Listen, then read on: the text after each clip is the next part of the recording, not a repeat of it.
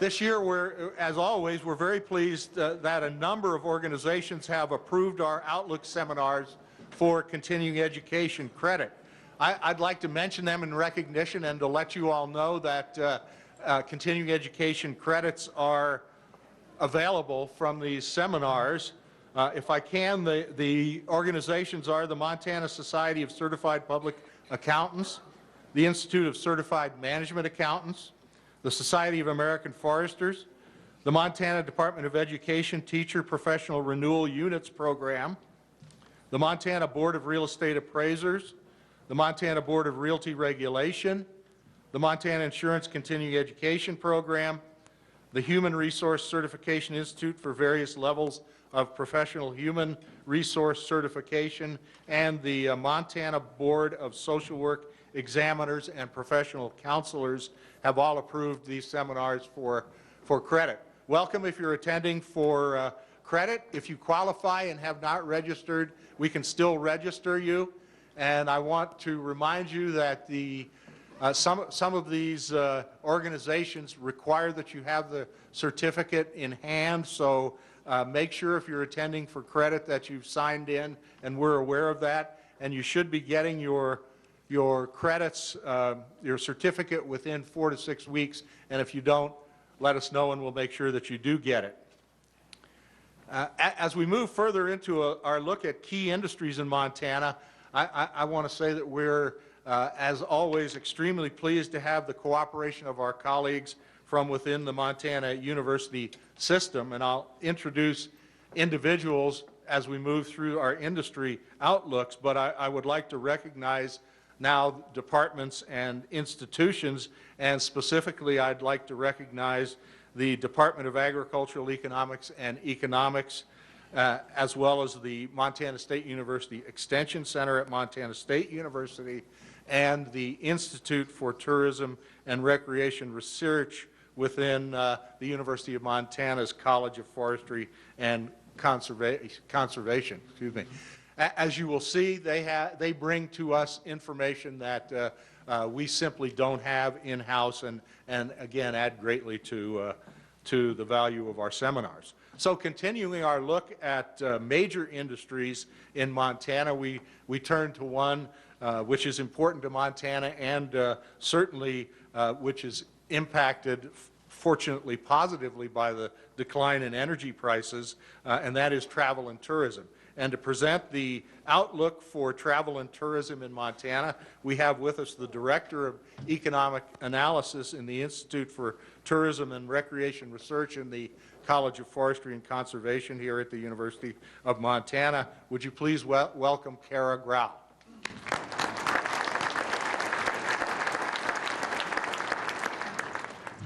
Good morning, everyone. How are you all today?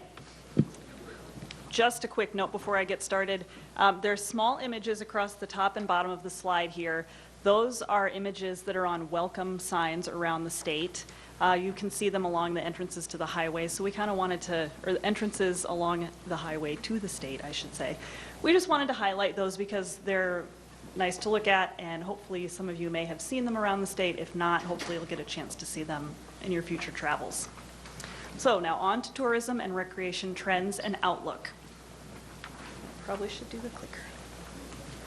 Okay, so preliminary 2014 non-resident visitation looks to be relatively flat compared to total 2013 non-resident visitation.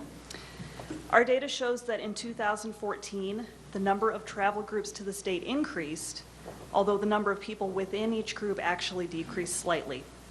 So for instance, highway traffic was up, but the number of people within each car was down just a bit. We see these fluctuations in group size quite often, so at this point it's not really indicative of any sort of a trend. I know the slide has a lot of information on it. In 2014, ITRR estimates that total non-resident spending in Montana will be about $3.9 billion.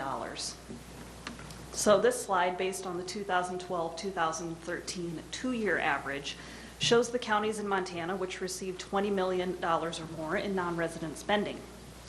In Missoula County, our most recent estimates show $236.4 million in non-resident spending, which is the 5th highest receipts by county in the state. You may notice that Cascade County jumped up above Missoula County in these estimates. And when we look at the data further, we see that Cascade County receives 33% of its non-resident spending in the retail category compared to Missoula County's 20% spent in that category. In 2013, 60% of the visitors who marked shopping on our surveys as a reason for their trip to Montana, thank you, were from Canadian provinces of Alberta, Saskatchewan, or British Columbia. And those shoppers coming down from Canada rarely get as far south as Missoula when they're doing their shopping.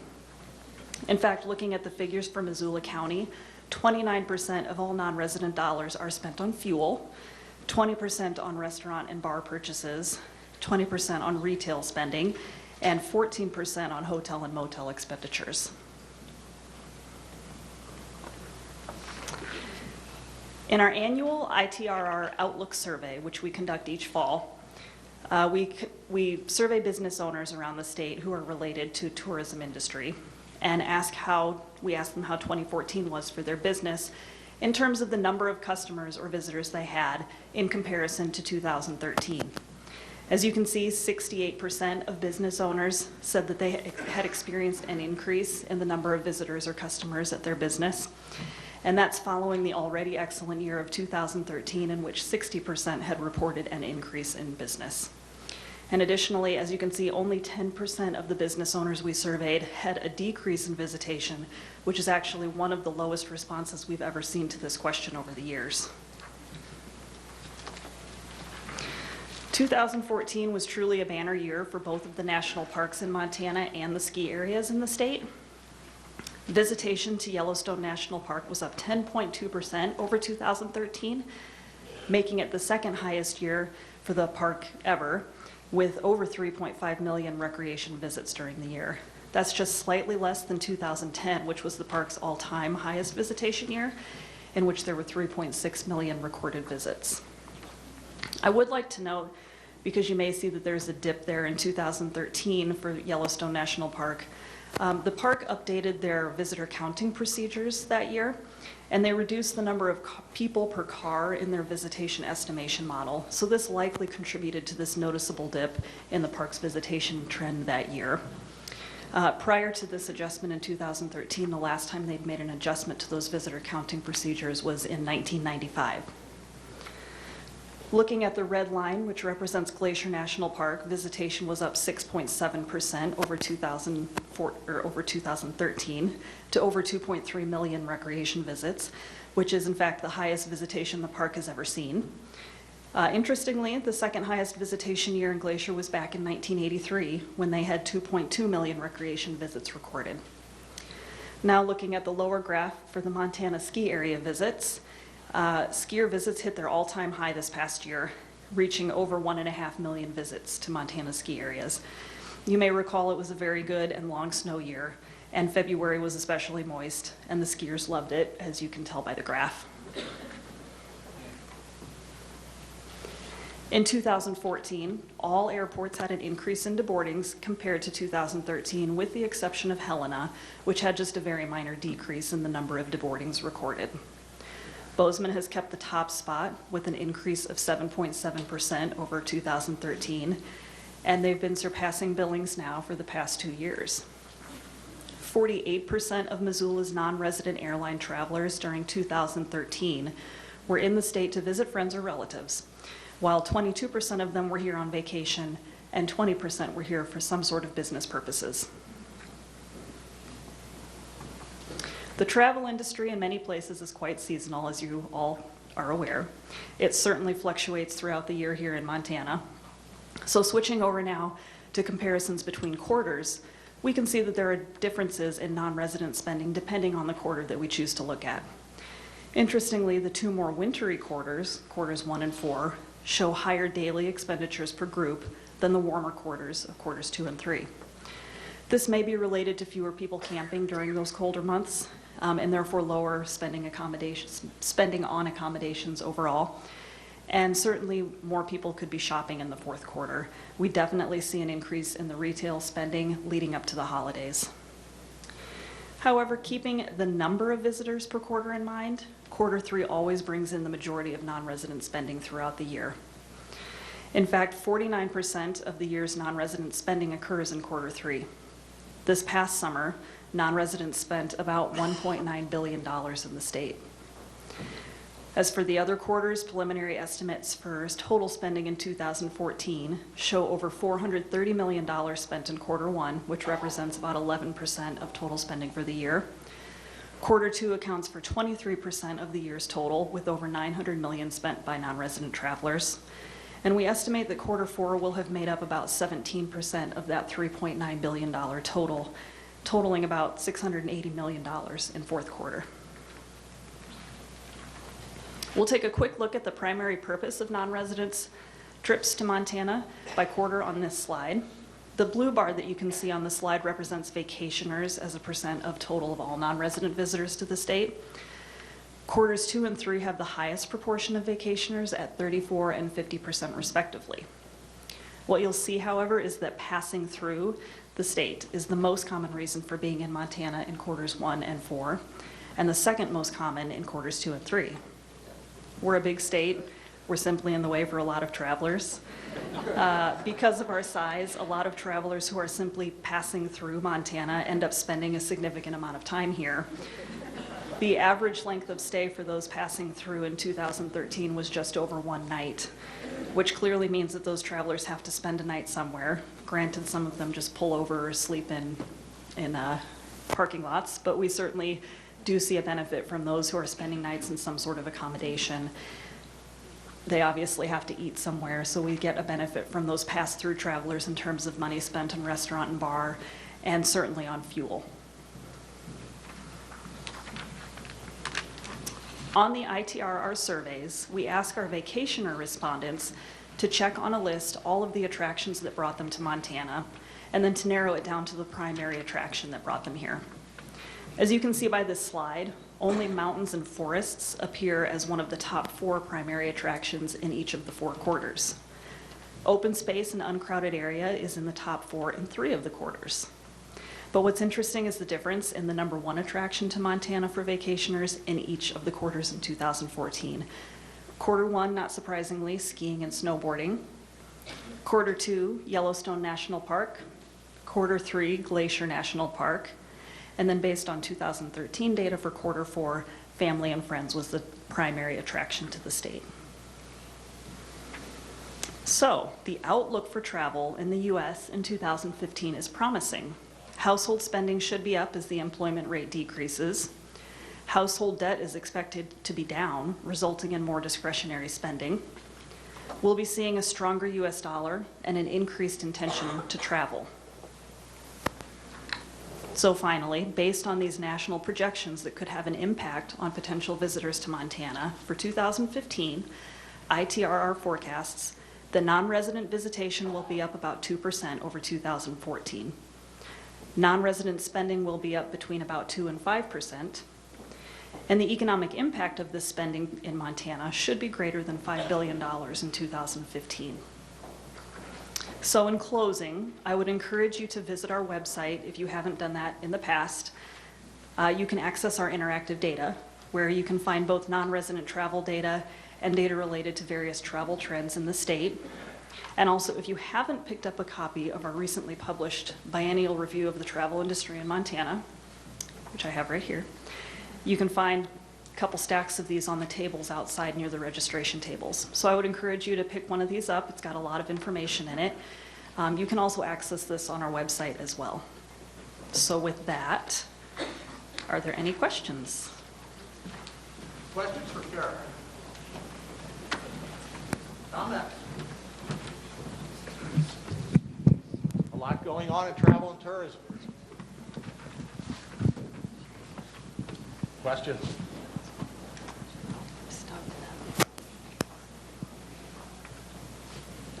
Going once? Going twice?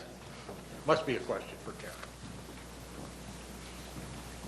If not, Kara will be with us also. Thank you very much, Kara. Thank you.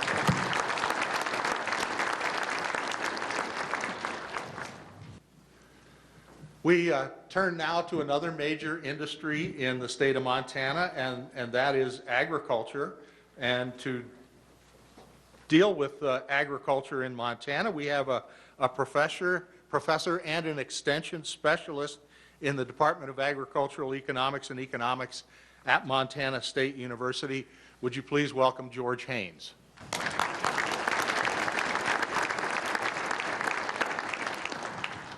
Anyhow, I'll get started while Todd's taking care of that. You know, Chuck, thanks a lot. It's always great to be able to talk to this group. I want to just talk a little bit about agriculture. It is, as Pat alluded to before, you know, things are changing. It's been a very incredible run, actually, in agricultural production and prices over the last several years here. The story right now in agriculture, I think, is one of uncertainty, and I'll talk about that in some degree here, because many of these producers are kind of in an equity management sort of mode, and I'll talk to you about what that kind of means as we go down through this. Energy is a big topic as well in agriculture, and the really interesting thing with the energy piece, it cuts both ways for these farmers, because they're all really excited about having lower diesel prices and fuel, and their fertilizer prices go down when we have low oil prices.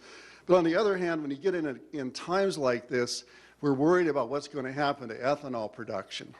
And when ethanol production goes down, corn prices go down, and in turn, our grain prices go down here in Montana. So many of these producers are sitting on edge right now, wondering what's going to happen to grain prices as we watch these ethanol companies, especially the smaller companies, kind of close down for a while. I also want to talk just very briefly about something that's really important in Missoula that's really not very important in the rest of the state. But, you know, Missoula is the epicenter for kind of local grown and organic, if you will. And I think it's been very interesting to watch, and I have a little bit of perspective on this since I've just come back from a meeting where we dealt with this topic. And, you know, the topic with sustainable foods these days is sustainable foods really sustainable? And boy, is that a tough pill to swallow, because I'm really interested in those markets. I think there's a lot of growth potential there. But one of the things that really concerns me, we have a couple of acronyms out there you need to worry about. One of them is called GAP, which stands for Good Agricultural Practices, and the other one is FSMA, which stands for the Food Safety Modernization Act.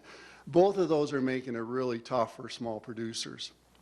You know, we think about organic, and we'd like to think about the guy that's growing, you know, a couple acres of leafy greens out here. I just visited a facility down in Arizona just a couple of weeks ago. You know, they're now growing organic or leafy greens on 5,000 acres. The big producers are in the business because there's a lot of money in organics. And so that's kind of how it's going. And in order to comply with some of the rules that are out there for these small producers, I really worry about the market. In fact, we're spending a fair bit of time this year at MSU going through assessments of that market and trying to figure out what we can do so that these local growing guys can make it in this business, because it's a lot more than a lifestyle business. There's a lot of money to be made in organics as far as I'm concerned. So anyhow, with that in mind, let's go ahead and talk about Montana agriculture here. You know, we're kind of a wheat and barley and in cattle state. That's about 85% of what we produce here in Montana. On the crop side of things, the wheat and barley prices are down some. You know, that's following kind of what's going on in this energy market to some degree, with all this consternation over what's going to happen with ethanol. Wheat and barley production was also down in Montana a little bit last year. We'll talk about why that was in just a minute. We've become a very big, important pulse producer here in the state, primarily because some other states are kind of out of the pulse production business because corn prices have been so high. But we're a very important producer there. The big story in Montana right now is livestock. And I'm going to talk to you a fair bit about that here in just a minute. But boy, I tell you, calf prices are up there where nobody would ever thought they would have seen them a couple of years ago. Cattle herds continue to shrink. In fact, we are in time right now where beef production in the United States is actually going down just a little bit as well. So with that, we have this, we've had some pretty good years. You notice that things have been pretty stable actually since 2011, but I tell you, it's been a heck of a run in agriculture. A lot of new pickups out in various parts of Montana these days. You know, it's been a really great run. And again, equity management's kind of the name of the game. Why has that been? Well, one of the things is, you know, we've been very forced in here in Montana. Look, this is the drought monitor from October. Actually, the drought monitor that's out there for December actually looks worse than this, because it doesn't look so good down the southern plains either right now. But we've been the beneficiaries of all of this. We're getting cattle shipped into Montana from California right now because of the drought situation there, and we're selling them hay. It's a great deal for us in many ways, and we've been fortunate since 2010 or so not to have any weather conditions here that really amounted to very much. In fact, this is Montana last year. Look at that blue across all of Montana. It's because we had too much moisture. And there were some problems with that.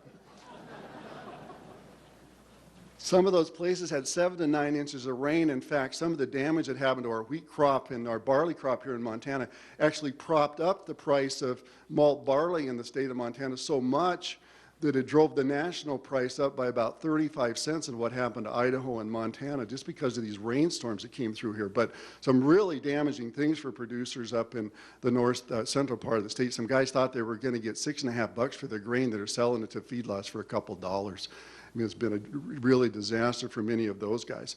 The cattle market is really what's got everybody's attention, and this shows you what's happening. The brown line on the bottom of cattle numbers, and they're just continuing to go down, and they're going to go down further in 2015 as well. Although we are in a mode right now where we're importing a lot of animals right now. They're coming in from Canada and Mexico and importing a lot of beef from Australia. In fact, beef imports from Australia are up about 50% over a year ago. But that line at the top is the one everybody's watching right now because that's been pretty steady for a long time, even though cattle numbers have gone down. But that line is actually turning south right as I speak right now. In fact, be off about 5 or 6% likely next year. So concerned about what's happening on the beef production side, but we're going to be making up some of that with some of the imports. This is a story, though. This is the reason these cow-calf guys are worried. There's a lot of nervousness out there. I mean, I'm sure you've heard about the farmer that won the lottery, and they asked him what he was going to do with the money. He said, well, I think I'll continue to farm until it's all gone.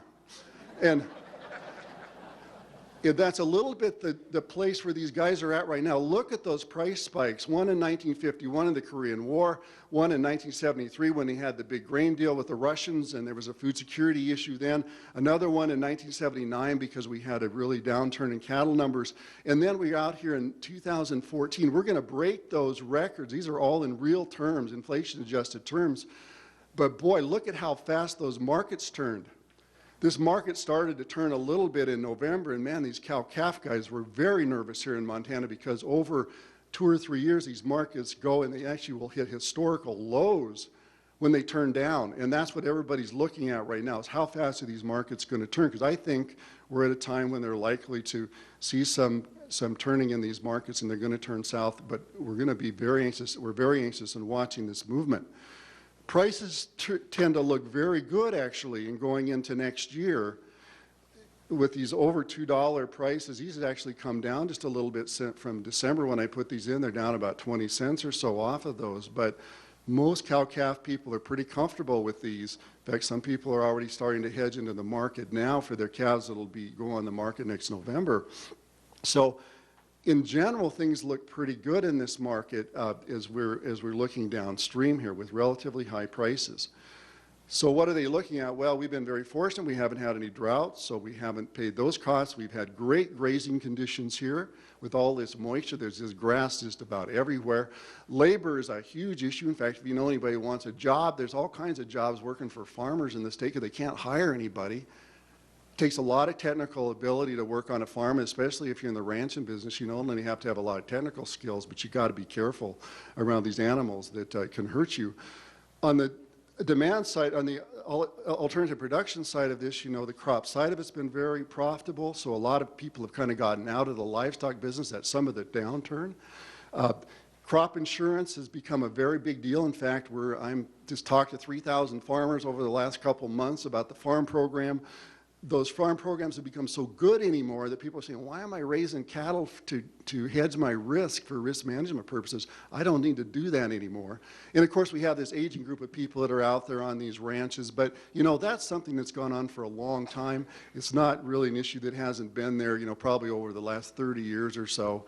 It's an interesting sociology on farms. There's guys living out there that are 80 years old that have a father that's 100 years old. They still haven't made a decision on the place yet. So,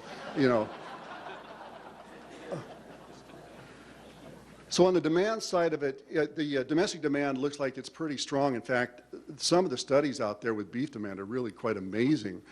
that given these high prices, I was in the grocery store the other day, $23 a pound for steaks. So, the market is really held in the demand side. The foreign demand side, though, given what Pat talked about earlier, this slide actually needs to be updated from what was done just a couple of months ago. A fair bit of optimism, actually, on what was going on internationally, and I think that has really turned the other way. And some of the influence, actually, on some of the beef prices starting to move downward just a bit. So we'll take a look at what happens to demand here in the near term. So what are we looking at downstream here for next year? I think everybody's pretty optimistic still, although we're all thinking that we're going to see some prices that are somewhat lower as we move forward. Some issues that are out there, we're all concerned about importation these days and about country of origin labeling. People want to go to the market and figure out where their beef has come from. That issue is back on the table again. I actually think that this will not become a government regulation. I don't think it's going to get litigated. I think it's going to only foster a lot of litigation if it does. So I'm thinking it's going to fall off the table because the big retailers, the Walmarts and the Costco's of the world, they're taking care of that. They're not going to buy beef from you if they don't know where it's coming from. And then the global, macroeconomic conditions, consumer demand sorts of things are always there. Quality issue has become a really substantial issue more recently because these cattle in feedlot, they're stacking as much meat on those cattle as they can. In fact, they're now a fairly substantial push to see some lighter cattle going to the slaughterhouses because of too much fat on these animals, et cetera. It's not the kind of beef they want to sell. So let's take a look at the crop side. Crop side's a little bit less interesting only because there just hasn't been these huge price movements in it. The U.S. and Canada both had production levels that were somewhat lower a year ago. That was all made up by, the former Soviet Union, the European Union had some very good years over there.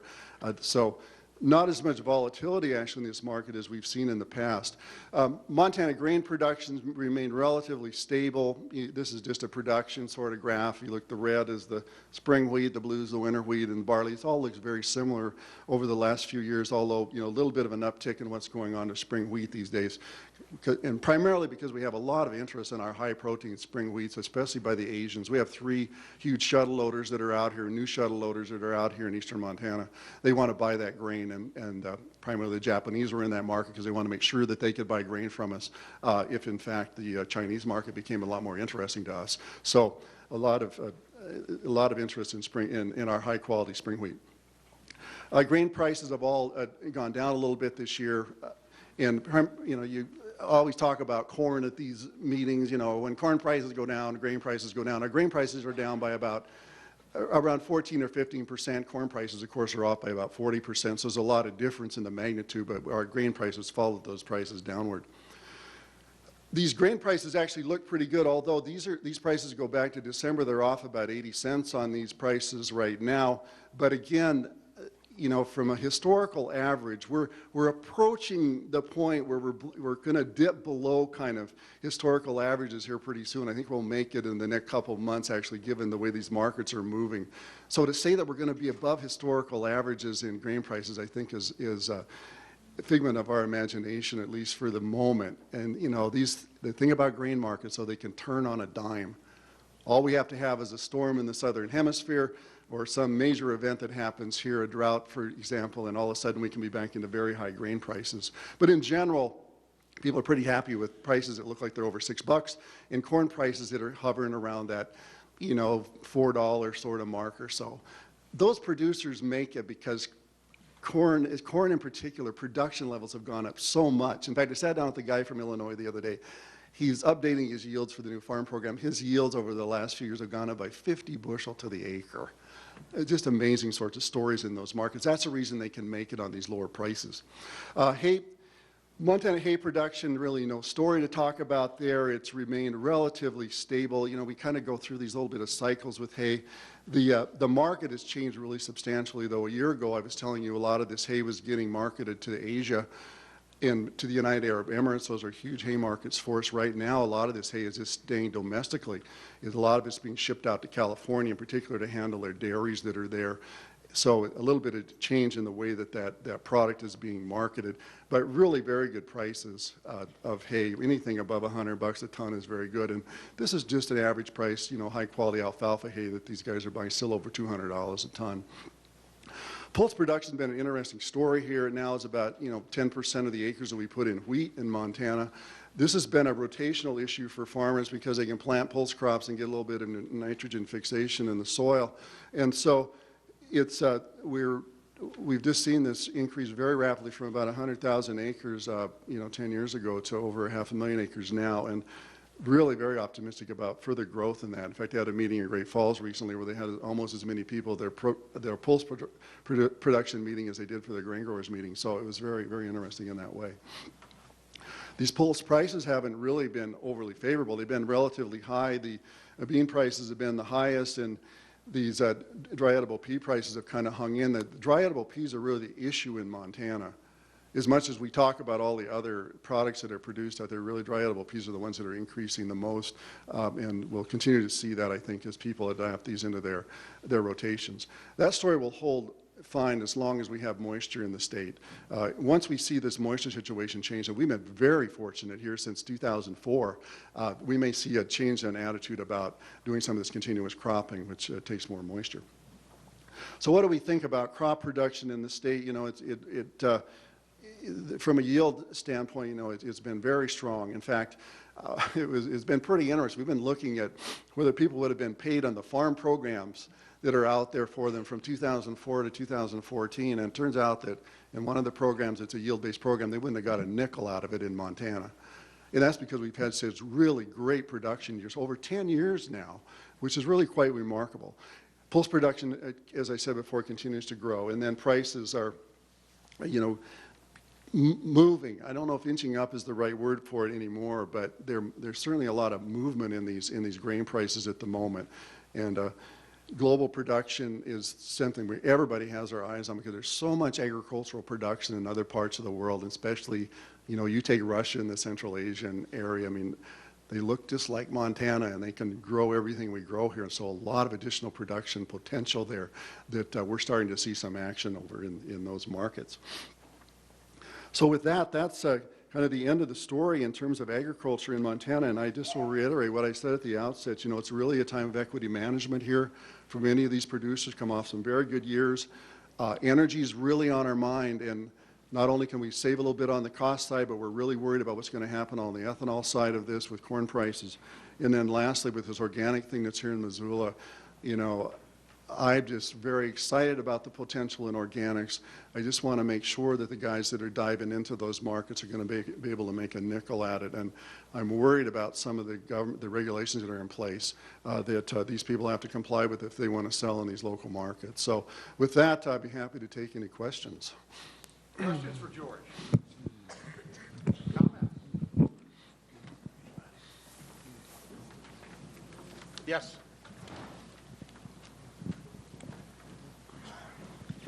Okay, so I've always been worried about, the organic problem with food. And what kind of quality control and oversight can we expect from cattle coming to the United States from other countries? I'm referring to the growth hormones used for production that might be in the food that they're putting over. What kind of quality control do we have over there, and how do we know what we're getting in our meat if we're buying cattle from other countries? Well, I think that's a very good question, and I think that, we don't know as much as we'd like to know. That's part of this country of origin labeling issue, so that we would know more about these cattle that are coming across. And for me to tell you right now that we know what's coming in from Uruguay and the cattle that are coming across the border from Mexico as well, we don't know very much about those animals. But if you're interested in those particular issues of where you're very concerned about the quality of beef that you're purchasing, there is lots of opportunity in the market right now to buy beef where you actually know what the origins of that beef would certainly be. But you're absolutely right. With this meat that's coming in from outside the U.S., we don't know as much about it as we would like to know. And of course, it gets sold into markets where the customers that are out there are not as concerned about those issues as they, maybe as you and I might think they ought to be.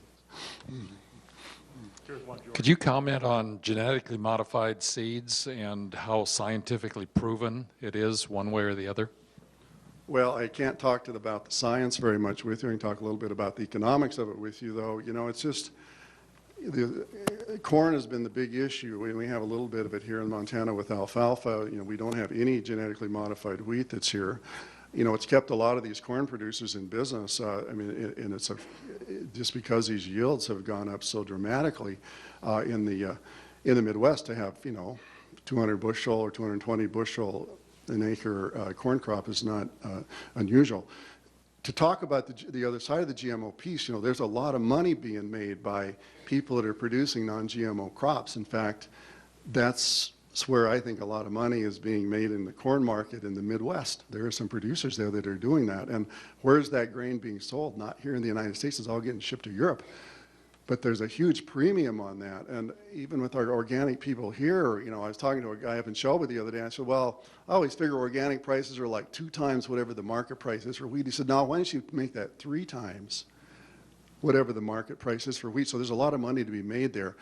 But I will tell you, as I'll go on, the same thing I was talking about before, a lot of the people getting into organics are not the typical producers you might think.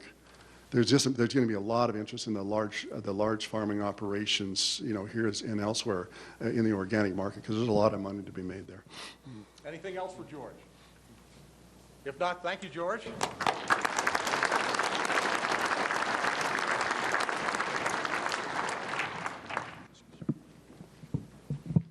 We want to turn now to the outlook for manufacturing and forest products in Montana. And to do that, I would like to introduce our Bureau's Director of Forest Industry Research. Would you please welcome Todd Morgan?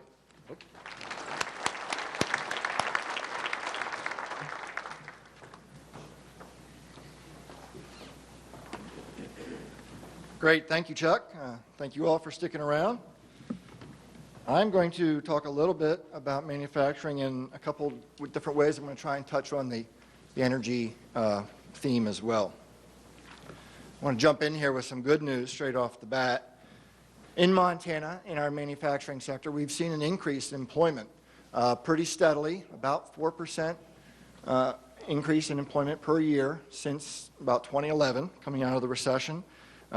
And from the graph there, you can see that manufacturing employment in Montana is coming up faster than it is nationally.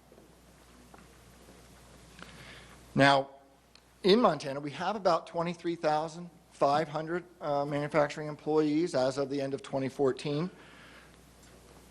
We estimate that they earned about $1.1 billion in worker earnings by the end of the year. And from the pie graph here, you can see some of the major sectors in Montana manufacturing. They haven't changed a lot in the past 5-6 years, but wood products and furniture still remains one of the biggest in the state, both in terms of the value of worker earnings and in the number of employees, over 4,400 workers in wood and furniture in Montana. Petroleum products and coal is certainly a sizable sector in Montana manufacturing. About $173 million annually in worker earnings there, but only about 1,100 jobs in that sector. So certainly good wages per job. Food and beverage is also a major sector in Montana manufacturing and the largest by employment, over 4,500 jobs. And then you can see some of the other major sectors there, chemicals and non-metallic minerals and fabricated metals are also important here. Now the output from Montana manufacturing has also been going up, about $14 billion annually, and that again has been going up, and it's very closely correlated to the value of oil products and petroleum products. And there's a very close correlation there, in part because petroleum products account for about half, a little bit over half, of the total sales value of manufactured products out of Montana. So we're going to see possibly some adjustments in what we think the output was for 2014 with these really low oil and other petroleum product prices that we saw at the end of the year. Now, occasionally I get asked about exports in manufacturing out of Montana, and exports from the state account for about 10% of the total sales value, about $1.1 billion of manufacturing sales each year is exported.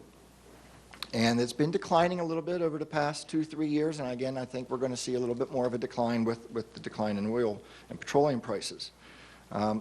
So the major sectors, or the major areas in terms of export value, you can see their chemicals is the largest value export product of $250 to $350 million annually, but that's been on the decline over the past 3 or 4 years. Machinery is another area where we quite a sizable amount of exports, but again, declining a little bit. Transportation equipment and petroleum products. Again, a little bit of declines, but those are some of the bigger sectors. In terms of the rising export sectors we've seen in Montana, food and beverage has seen some growth. I think food exports out of Montana are up something like 60% over the 4-year period, 2011 to 2014, and beverage is up 5-fold. I think the joke that maybe that's people like Montana beer, even outside of the country. Wood products exports are up about 25% over that period, and fabricated metals are up. And this may come as a surprise to a lot of folks, but our largest trade partner that we export to is not China. It's actually Canada. They're the largest by far. Almost half of our exports go to Canada. China is a very distant second. And the general trend there with our destination for exports is that Asia's been on the rise somewhat, and Europe's been on the decline as purchasers of our manufactured products. So I want to turn a little bit more and talk a little bit about energy use by manufacturers in Montana. Manufacturers fall in what's known as the industrial supersector or sector. And what we've seen is that energy use in the industrial sector has declined pretty steeply during the Great Recession. Manufacturing is in there, construction, mining, agriculture. And one of the reasons that we've seen a decline in energy use in manufacturing in Montana is the closure of many of the larger manufacturing facilities. Operations like Columbia Falls Aluminum, Smurfit Stone Container, other wood products mills. These are all large facilities that were pretty energy intensive. And as they've closed over the past 20 plus years, we've seen reduction in total energy consumption in manufacturing. Recent industrial energy use is a smaller fraction of total energy use in the state than it used to be. So currently, manufacturing accounts for about 25%, about a quarter of the total energy used or consumed in Montana. Whereas residential energy consumption and commercial energy consumption have grown, both in real terms and as a fraction of the total consumption. So what this means, we saw the graph with the rising output from manufacturing and decreasing energy consumption, so the amount of energy per unit of output or per dollar of output has also been declining. This slide just helps illustrate this trend that we've seen with, this is natural gas. 13 of the 30 largest natural gas users in the state are manufacturing facilities, things like our oil refineries, wood products manufacturers, REC Silicon over by Butte, the sugar processing facilities in the eastern part of the state. And there are about 360, 380 industrial natural gas users, mostly manufacturers in the state. And again, you can see that these industrial users account for about 25 to 35% of total natural gas consumption in the state. Similar information here for electricity use by manufacturing. Again, these industrial users of electricity account for about 30 to 40% of total electricity consumption in the state. And again, the proportionate use of energy by manufacturing has declined through time, whereas we've seen proportionately increase in commercial and residential use of electricity. Now, each year, the Bureau conducts a survey of manufacturers around the state. We do this in November. We ask manufacturers around the state. We try to talk to the largest manufacturers and then across all the different sectors of manufacturing. This year we had about 178 firms respond to us. That represents about a 90% cooperation rate of all the folks that we tried to get to talk to us. And they give us feedback on what happened over the past year and what they're expecting in the coming year. And for 2014, to kind of recap what we saw in 2014, it was better than 2013 for most of the manufacturers in the state and for most of the manufacturing employees in the state. we saw a net gain of about 870 manufacturing jobs in 2014. And that followed up another good year, 2013, we saw over 1,100 manufacturing job growth.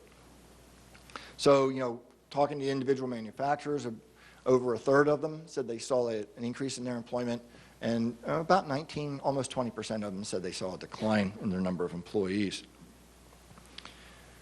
About 85% of the firms that we talked to said they did not curtail their operation during the year, and 96% of the firms said they did not eliminate any of their production capacity. So folks are looking forward to more positive years ahead. 45% of the firms we talked to said they actually had increased profits in 2014, and that's higher than what we saw in 2013. It was only about 40% of firms. Almost half, I should say, 46% of the manufacturers around the state indicated they made a major capital expenditure in 2014. And I would point out, I think the comment was made earlier about labor tightness. 37% of the manufacturers that we talked to, over a third, said they had a shortage of workers during the year. And this was most pronounced in our data among the food and beverage sector. 42% of the firms in food and beverage told us they didn't have enough workers during the year. Now, looking forward for 2015, overall and across most, if not all, the sectors in manufacturing and most parts of the state, the outlook is quite positive for 2015. Many firms have had several good years in a row, and they're expecting 2015 to actually be better than 2014. With these continued improvements in business conditions and production levels increasing, sales value increasing, profits increasing, we expect to also see modest growth in manufacturing employment next year, probably into 3 to 5% employment growth, and in worker earnings. And we probably are anticipating somewhere in the 4 to 6% worker earnings growth among manufacturing employees next year, or this year, I guess I should say. Now, health insurance and health insurance costs, as well as workman comp rates, remain the top issues of concern to manufacturers around the state. And depending which sector you're in or which part of the state you're in, some of the other issues like finding qualified workers, concerns about regulatory environment, and raw material availability pop out as areas of concern. This slide is just really to show you this trend that we've seen improving outlook from our manufacturers, the surveyed manufacturers in the state, pretty much every year coming out of the recession, coming out since 2010, and that actually 2015 outlook is more positive than 2014, both in terms of the overall outlook, the employment outlook, and their sales expectations. Now, turning and looking specifically at the forest products industry in Montana, again, we talked to about 37 firms around the state. And this slide kind of shows you what their outlook in wood products has been over the past 4 years.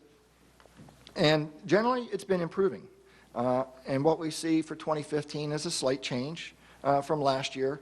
Over 40% expect 2015 to be a better year. But I would add that twice as many firms expect 2015 to be worse as expected 2014 to be a bad year for them. So there is some cautious optimism. There are a few folks that aren't looking at a great year coming ahead.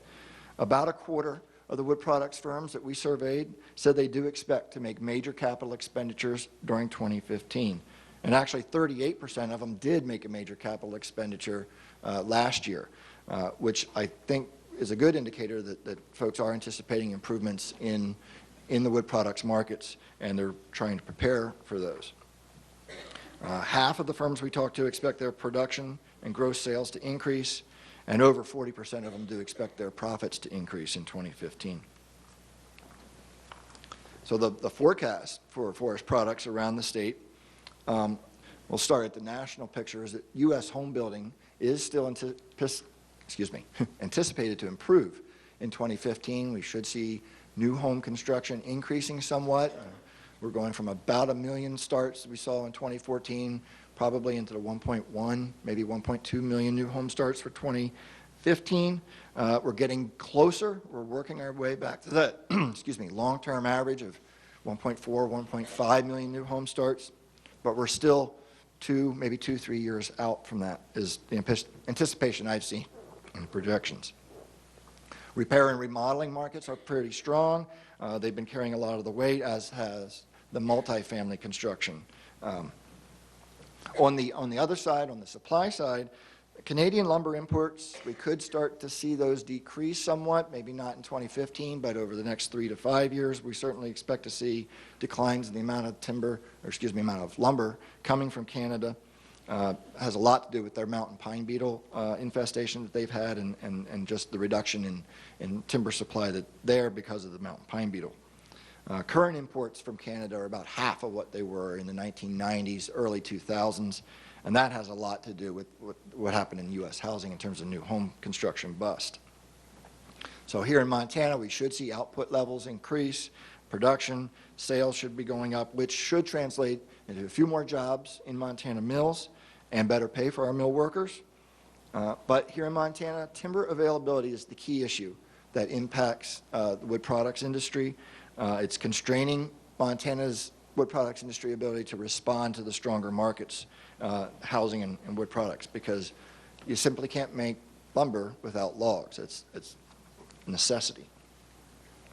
On another sector that's of great interest to the Bureau and our program is beer brewing in the state. And beer brewing has been a very quickly growing sector in Montana in manufacturing. Beer production, as you can see in the graph, is up by almost 50% over the past 4 years. And employment in beer brewing has doubled in that time period. We've seen an increase in expenditures by breweries in Montana. That total expenditures are up about 44%. And one of the things that we've also seen is other sectors of Montana economy benefiting from this, because the proportion of Montana brewing expenditures that's spent in Montana has gone up. It went from about 38% of their purchases to 49% of their purchases. So we do expect to see a continued growth in brewing. Here in Montana, as of the end of 2013, there were 40 active breweries. I think today, if I went out and tried to hit them all, there'd be 51 that I'd have to visit in the state. Montana ranks third in beer production, number of breweries per capita, and it's eighth in per capita gallons of craft beer that's brewed. So we're looking forward to better conditions on tap in the brewing sector. Now here in Missoula County, our manufacturing, we're still one of the top 5 counties in the state in manufacturing. We represent about 10% of the state's manufacturing employment, with over 2,300 manufacturing employees. Here in Missoula County, if you look at Ravalli County, there's another 1,000 to 1,100 manufacturing employees in Ravalli County. In the Bureau, we maintain a directory, the Montana Manufacturing Information System, directory of manufacturers, and we have over 160 manufacturers here in Missoula County and another 100 in Ravalli County. So there's probably more manufacturers out there than most people think just locally. Our labor income and employment in manufacturing in Missoula County has declined steeply, pretty sharply from where we were in the 1990s, early 2000s, in large part because of what's going on with wood products.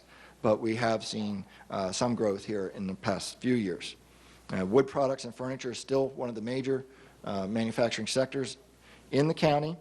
Firms like Roseburg here in Missoula, Pyramid up in Sealy Lake, and then quite a few secondary wood products and furniture producers.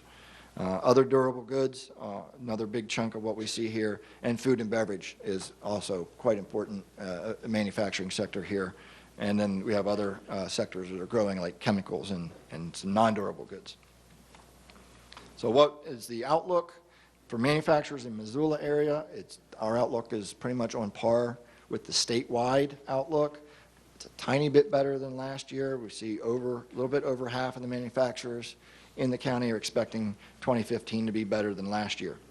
30% of the manufacturers in Missoula County did say they expect to see an increase in employment in 2015. And I would mention that about 30% of the manufacturers we spoke to in the area, Missoula Valley and Mineral County, said they actually had a reduction in workforce during 2014. A third of the firms that we talked to said they plan to make a major capital expenditure in 2015. I think that's a good sign. And over half of them said they made a major capital expenditure in 2014.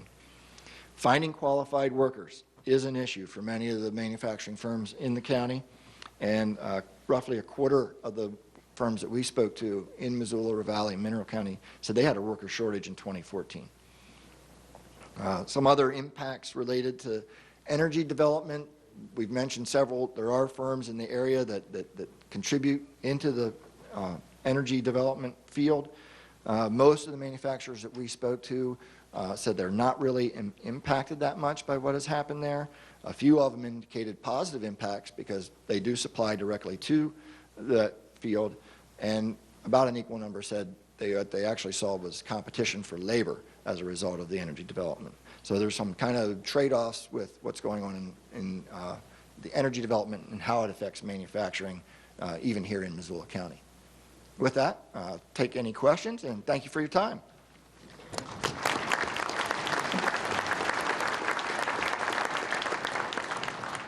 Thank you, Todd. Questions, comments? Suggestions? Yes. They'll bring you a microphone.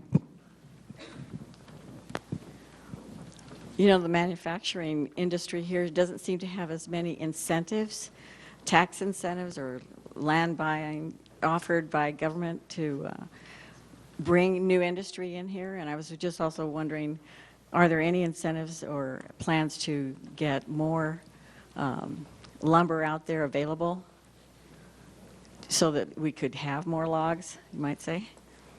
Yeah, two good points there. I think you're right. The incentives to bring manufacturers in are important. I think we've seen that we have had a little bit of movement in that area. The Harris Manufacturing just recently opened out at Bonner at the old mill site.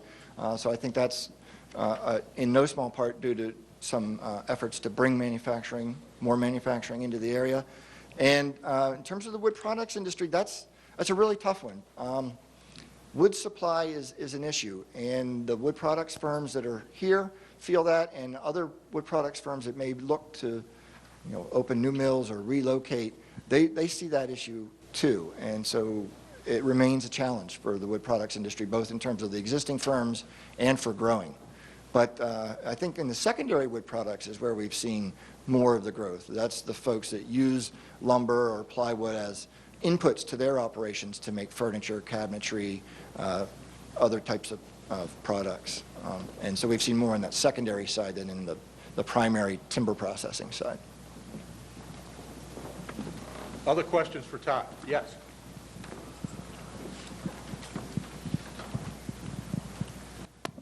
See, I don't even understand why wood would be such an issue around here. We've got so much dead standing timber that's actually useful. Why aren't we using that? Why aren't we buying stuff from Canada? Why aren't we cleaning up our forests and just using the dead standing timber that's still usable? There are several things behind the issue of wood supply or log supply in Montana and in the western U.S.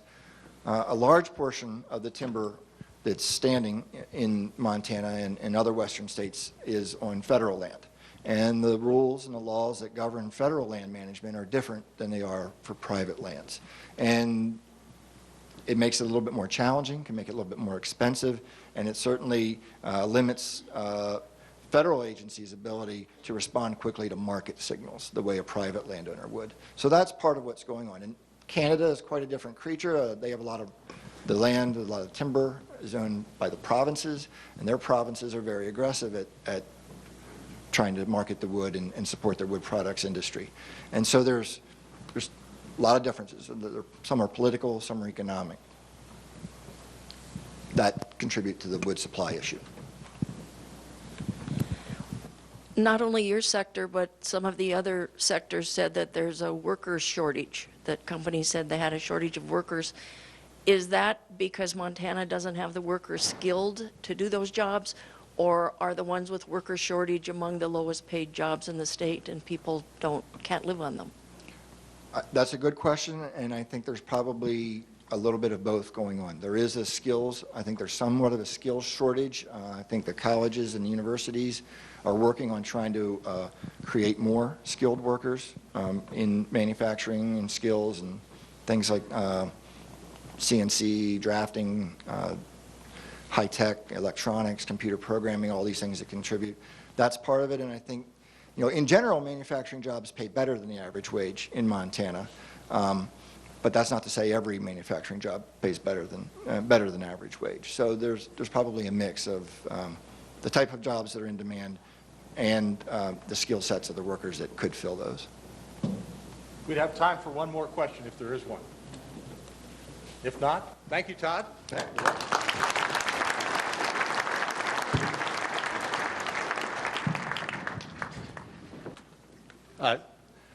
Just a little bit of a follow-up. You may come back and ask the question about incentives to bring manufacturers into Missoula or Montana. Later in the program, we have James Grunke from the Missoula Economic Partnership, who I think could address that. So we want to move now on to a look at housing and real estate markets. And we're very pleased to have with us today to do that two experts in the field from First Interstate Bank. To my immediate left, we have Paul Olson, who's a Vice President and Home Loan Manager with First Interstate. And to my far left, Sue LaRue, who is Vice President and Retail Delivery Manager, also with First Interstate. And it's going to be a joint presentation, and we'll begin with Paul. Would you please welcome Paul Olson?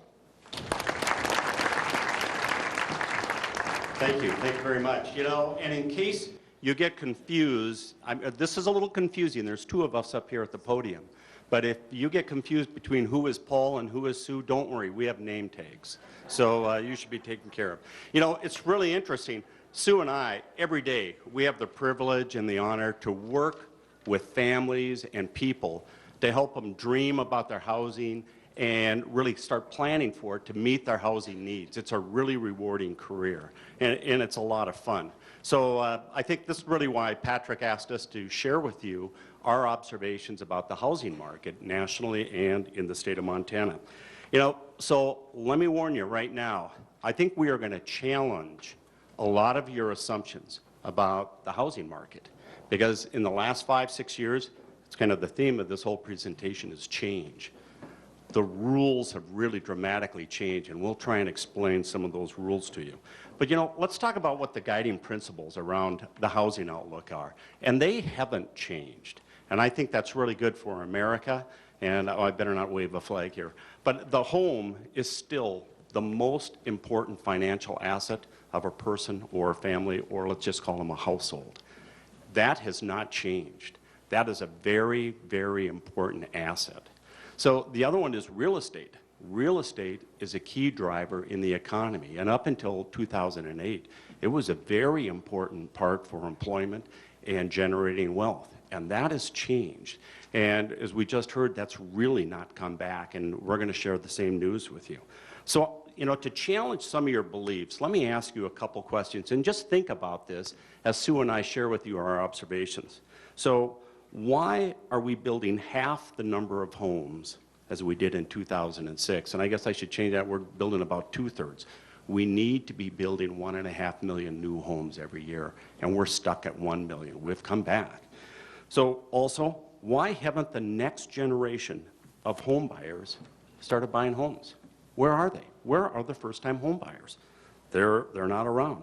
Why don't people like myself downsize in my house? Because Nancy and I are at an age level, we don't need the amount of space that we have. Why don't we buy a smaller home? Why is multifamily the largest segment in home builders? Why is that? The rules have changed, and we're going to share some data with you about what are some of those rules. But let me share you my favorite story in 2014, and that's this guy.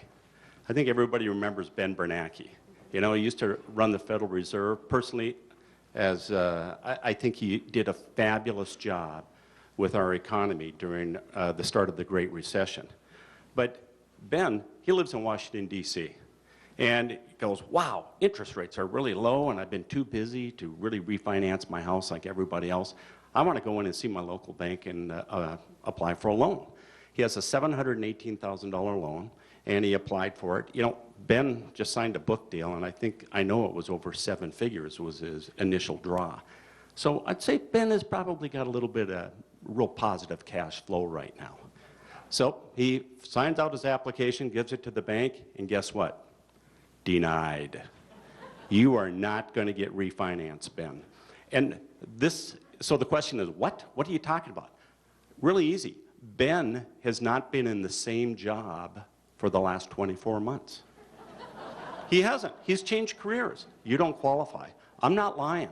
This is a true story. Ben talks about this. This is part of the change, and the other part is about regulation. So Ben is a change in credit standards. The investors, for some reason, not getting paid back your money as an investor for the last 5 years, they've changed the credit standards, and we have to follow that. And regulation is the other piece of that change. And let me just talk to you about that. So regulation, there's really kind of 2 different buckets here. This is what's happened since 2008, 2009. You'll hear, I'm sure you've read about these terms. They're qualified mortgage, ability to repay. That was Ben's problem. He doesn't meet the new standard formula for what is ability to repay. And there's a lot of new disclosures, just what we need. Remember how thick that pile of paperwork is when you file your home? And that's also part of the problem because the CFPB, the new godfather of all regulators, said they interview people coming out of the home closings and they go, do you understand what you signed? And they go, are you kidding me? I have no idea. Just give me the money and get me out of here. I want to get in my home. I'm one of those consumers and I'm in the business. I don't know what I signed. You know, and that's what was going on. And the change and the regulation has not stopped. On Monday, Fannie rolls out, it's mandatory, and a lot of the investors are following it, appraisal, uniform appraisal, a review and underwriting starts. It's fine, it makes a lot of sense. This is an editorial now. It makes a lot of sense in the urban markets. The less dense markets, this is going to be another barrier for us to get your loans approved so you can have a fixed rate 30-year loan. And then, you know, remember I said the CFPB asked people, do you know what you signed? Well, they've got a great idea that starting August 1, that you, the consumer, will get all your documents. And you have 3 days. You can't sign them. You must study those documents for 3 days. So when you come into the closing, now you know what you're signing. That's interesting. So I think, what is the consequences of the regulations? Number one, availability of credit. We just saw Ben. He can't get credit. The cost, all this regulatory cost, I'm not paying for it. I'm passing it on to the consumers, so the consumers are paying for it. So they're getting less credit. The cost to get credit has gone up. The days to completion, now we're throwing on 3 more days into the transaction. You know, I would love to be able to complete transactions within 30 days. It's pretty common to see them going to 40, and I think now they're going to be slipping to 45 days. So it's taking a longer period of time, and there's less credit, and it's more expensive for everybody. So let's just jump ahead to, that was the fun stuff. Yeah, and that was the good news. You know, let's talk about Montana. You know, who is buying homes in Montana? And so on the right-hand side, you'll see the national numbers. On the left-hand side, you'll see Montana numbers. You know, primary residence, very, very important for the nation and for us. Personally, I was a little surprised by our penetration of vacation homes. With all the beautiful places in Montana, I'm surprised we don't have a larger share of vacation homes. Although I'd be willing to bet our penetration is probably a little bit higher than North Dakota, the state I'm from. So that'd be less than 1% vacation homes in North Dakota. But it's really interesting. And this is also interesting in some of our pockets, like Gallatin, their market, and we'll share some numbers with you. It's a hot market again, and a lot of that is second homes. So, you know, earlier I talked about what happened to first-time home buyers, and Sue is going to take over now, and she's going to share with you some of the data and our observations about first-time home buyers. Sue? Thank you. So who isn't buying? Our first-time home buyers aren't buying. let's examine how important they are to housing and the considerations surrounding the influence on the market and why that is. They are simply the cornerstone of the housing market. When they purchase, a ripple effect begins. The existing homeowners can trade up, move up, and turnover is critical to the economy and the housing sector. There's been a change in culture. The traditional first-time home buyers are holding off, they're staying in school, which is contributing to more student debt, living with their families longer, and this is clearly a change from before. In addition, there's a low inventory of affordable housing in the 7 major markets in Montana, and that may be the boom of the multifamily apartment buildings that are coming up. They're either living with their parents and relatives or into those. First-time home buyers have difficulty meeting mortgage requirements standards coupled with the tightened regulatory standards. First-time home buyers have been hit the hardest compared to any other home buyer. Down payment requirements are super strict. Prior to 2009, first-time home buyers had many options to buy a home with no down payment. Today, they have very few. That's a change in buyer demographics compared to what we've thought about in the past. The median age of a homeowner, thank you. You're welcome. Thank you. The median age of a homeowner is rising. It's up 8 years since 2001. So why the trend? Whether it came from the Great Recession, being overwhelmed with student debt, or having the ability to move with a career, the American generation of young professionals just aren't buying homes the way their parents did. It's not that they don't want to, but this generation is much more comfortable with the phrase, I never understood in my life, which is life-work balance. They want a simpler lifestyle, and it's not that they don't want to work hard. In fact, they will work hard. So why aren't they buying homes? You see, the millenniums entered adulthood during the Great Recession and recovery. During the aftermath, the share of 18 to 34-year-olds living with their parents increased 28 to 31%, which is notable. This is referred to multi-generational living. So what is the new normal? Changing demographics with a medium age coupled by a low inventory of affordable housing for first-time home buyers? If this is the case, will we ever see housing as it once was before 2008? So let's talk about what homeowners are thinking today. As you can see, Americans still believe Americans still believe that owning a home is part of the American dream. With 75% of us saying it's an important goal in life, having said that, 65% own a home. Another gap is 59% of young renters believing owning a home makes more sense, when 73% of the young renters also believe it would be difficult to get a mortgage for whatever reason. They don't understand it. So understanding these gaps, it begins to shift a new way of thinking about home ownership. Many young adults came of age in the weakest job markets in generations, and many had to move in with their parents and relatives. Even if they wanted to strike out on their own, many were held back due to the sluggish income growth that was happening, tight credit conditions, and high level of student debt. Good news is, labor markets are beginning to see the trends reverse. The other part of the good news is the value of home ownership to us is fundamental. So, let's look in detail what gets in their way.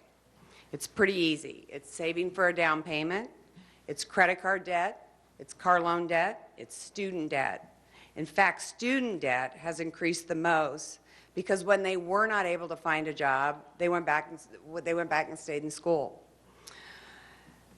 So they've been staying at home longer with their parents. So when they're ready to buy, they will. And that's the good news again. So I want to talk about multi-generational households. It's a growing trend. The trend of kids living with their parents long after it's time for them to move on, this trend has doubled since 1980. We have first-time home buyers that are older than we've had in the past, but remember, they're the cornerstone to housing.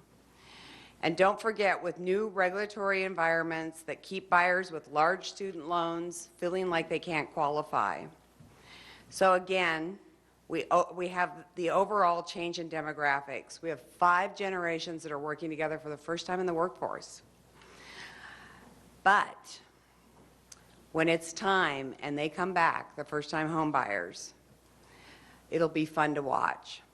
So with that, Paul, I want you to talk about, if they want to build a home, how much is that going to cost? Thanks. Thanks, Sue. And I think this slide is really important to explain one of the major change what's gone on, and it affects everybody. So in the last 2 years, the cost to build a home has gone up 15%. And, you know, as an old guy, you know, it's kind of interesting to look at the new homes being built. And the 100-foot wide lot is now 85, 65, 50 foot. I mean, so the land and the size of the lots are going down, but the cost of a house is still going up. Sue and I kind of compare notes about, show me an entry-level house. I was looking at a project in Billings, and there were townhouses. So the land was small, and it was still bare minimum. It was costing the builder $160 per square foot to build a house. And that's dramatic. I think it was a little over 10 years ago, it would be $90 a square foot you could get in for first-time home buyers. So that's a huge change, and it just doesn't affect the first-time home buyers, because I think the new people coming into the market, they have expectations that are pretty high. If it's like our 2 daughters, you know, they kind of got, they were happy living in a house that cost about $250 a square foot, and that's their expectation. So when they look at a house that's $160 a square foot, they're a little crabby about it, and they're saying, Dad, why can't you fix this? So, and I think everybody is fixing that, but not only that, now we have the generation of people who are 35 and up, and their family's expanding, they want a larger house. Well, to afford that house, their incomes need to go up a lot. And I think what we've seen already, their incomes have not been up 15% in the last 2 years, unless you live in Williston. So that's also a challenge. And also it's for Nancy and I. You know, the kids are gone. We'd like to downsize our house about half the size. So I downsize the house half, but unfortunately due to the cost, my cost is only about 75% of that. So then it's down to, well, why even bother? Which means we're not having more and more homes on the market. And you continually hear in all our markets, we have a shortage of housing, and we're not building new single-family homes. I don't know if that's going to change, but this is the new norm in our business, in our industry. Let me just touch on what's going on in the 7 markets that we're going to be covering. And I think this slide just tells you about the housing, how many units were sold. The second one down is Missoula. You know, statistically speaking, there's really not a lot of change, and I think that's a true story with every market. It's that there's not a lot of change in the number of homes that were sold in 13 to 14. The big one is, look at Billings and then Gallatin County. You know, those, if you look at the bar charts, I mean, they're the major players in the state of Montana. And if you go a little bit farther, so what's the average sales price in those same areas? Prices are up. That's pretty consistent. They are up, except in a couple markets. So nationally, I know they're talking about a deceleration in the acceleration or appreciation of home prices. I believe they're talking about a 2.5%. And I think that is going to level off, even though the cost to build a home continues to go up. And then the last one is, how many days is my house on the market? And this can be deceiving. It's great improvement in the Bitterroot market, but it can be deceiving, because if you have a home that's less than $225,000, your home is going to sell in 30 days, period. That's an entry-level home. It's a less expensive home. We have a lot of buyers that are looking for those homes. But if I have a $500,000, $750,000 home, In a lot of the markets, you're going to see 6, 9, 12 months your home is going to sit on the market. So I wish we could pull out this data by the average cost of your home, but there's some huge swings. Entry-level homes sell very quickly. Expensive homes, it's slow. So here's a positive piece of our presentation is interest rates. Again, as an old guy, I remember we paid 11 3/4 at one time for a house loan. And I think we stole the money. It was a great deal. Now, you know, I would like to see interest rates normalize around 5 to 6%. That seems to be not a bad rate. But at 3.5 to 4, this is fantastic. But what we have done, we have conditioned the market the last 5 years to everybody expect 3.5 to 4% interest rates. Now, here's my prediction on interest rates. They're going to go up. Now, I've been saying that for 6 years. And I better just keep my prediction the same because I just assume they don't go up because it helps my business. But interest rates are going to go up someday. But we have set the expectations to have them low. So when they start going up, are we going to see a behavior of the consumers to not buy a home also?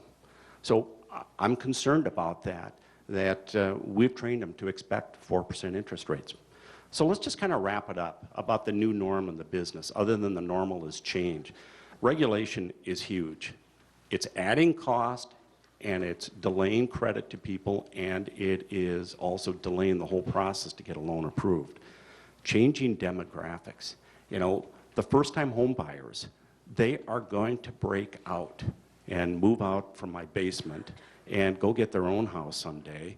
And, you know, we've got 5 years that we haven't had the first-time home buyers. They've got to come out sooner or later. I think that's really what's explaining the multifamily. They're moving into apartments, or finally, mom and dad are kicking them out. You know, down payment requirements.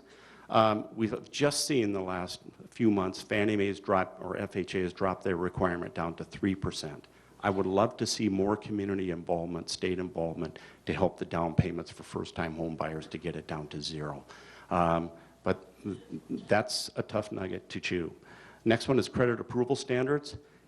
Very interesting. In the last 6 months, we have seen new investors enter the market, and they're offering programs that we haven't seen for 10 years. In fact, it kind of makes my stomach turn because they're like stated income programs.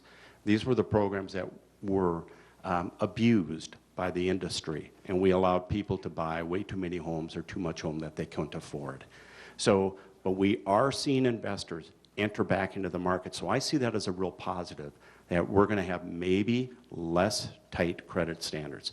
Building costs, I don't think that's going to change. That's going to continue to go up. Regulatory requirements, we still have more regulation, new coming. And the last one is low interest rates. And I predict they're going to stay low. So that's it. We'll take any questions at this time. Questions for Paul and Sue? Comments? Questions? And I think it's really good when you do the evaluations by having 2 people up here. If I really get hammered, I'm going to blame it on Sue. You'll get double credit, Paul. Questions? Comments or questions on real estate, housing? Anybody need to be woken up? They're wide awake. Yes, over here. I feel like I'm asking a lot of questions this No, morning. that's great. We love them. Everybody learns from them. Well, President Obama in his State of the Union address brought up this thing about free college for the first 2 years for these, you know, young students. So how do you think that's going to affect the first-time home buyer market? If they don't have to pay for the first 2 years, don't you think that'll help our housing market? Maybe down the road, yeah. But right now we have a lot of kids that Sue and I counsel that have come in. You know, they graduated in 08, 09, 2010. They couldn't get a job. So what'd they do? They stayed in school. They got their master's, they got their doctorate, and they loaded up on more student debt. I shudder at looking at their student debt. These kids, they already bought a house, and their house is called student debt. They're making house payment, those kind of monthly payments on their house debt. And you know, this takes 15 years to get off that student debt. So I think maybe down the road, if that law gets put into place and they got it figured out, that could help us down the road, but I don't see any quick fix. Anything else? Yes. Question in the back. Jim Birchfield. You know, I was curious about your comment about you wanting to downsize your house and Yeah. looking and why do it? It costs 75% as much. Is there much going on for incentives for new kinds of housing designs for people who look like you and me, who don't really want a big house but would like something that's small and sustainable, neighborhood pedestrian feel, and some kind of low interest for those kinds of purchases? Are there innovative things going on in the housing market like that? Quick answer is no. You know, low interest rates, I don't know how you get lower than 3.5, but I remember saying that also when it was 4.5. So I think the low interest rates are already there. What I see working with builders, their constraints are the cost of the land, and also my expectations are pretty dang high. I have been very fortunate, and we have a nice home. I really don't want to give up a lot of that comfort. So by the time I even downsize it, when I put all those benefits into that house, it's still very expensive. I would say, though, I have seen some developments, exactly what you're talking about, where they're making it walkways, the lots are really small, or they're doing them as townhouses. They're 2 units to keep the cost down. I think that's just starting to come out. You got to remember, if you're a builder, and the builders have lost a lot of their trade workers, and that's part of the cost. They don't have the trade workers. When building stopped in '08, in our area especially, they all went to the Bakken, and they're making double the money. And so when I'm talking to builders, they're going, I can't find anybody to hang sheetrock anymore. So the trades have really, their cost and the availability has been a constraint and a barrier too. So I would like to see more, I agree with you. It's just down to the cost. The builders look at building those homes, their margins are pretty well fixed. They're making 12% on the home. So as a builder, would you rather build a $250,000 home or a $550,000 home? My margin's going to be higher in the more expensive home. So that's the kind of business I'm going to look after.